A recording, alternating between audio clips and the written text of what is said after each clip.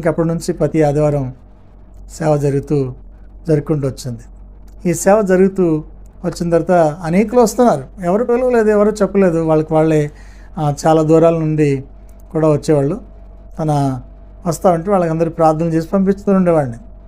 పంపిస్తుంటే దెయ్యాలు పోగొడతాం, ప్రార్థన చేస్తే దెయ్యాలు వెళ్ళగొడతాం, వాళ్ళు పక్షవాయువు వెళ్ళింటి వాళ్ళు బాగుపడతాం.